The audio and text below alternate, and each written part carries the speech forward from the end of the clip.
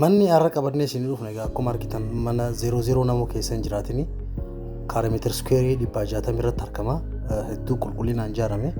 Installationiin elektirikii isaallee ka keessaallee hedduu namatti tola. Mooraan guutuun seeraamikaa konkolaataa tokko ni dhaaba. Akkuma agartan kun saaloona isa duraati. Saaloona keessaan immoo mana ciisichaa qulqullina isaa eeggate qaba.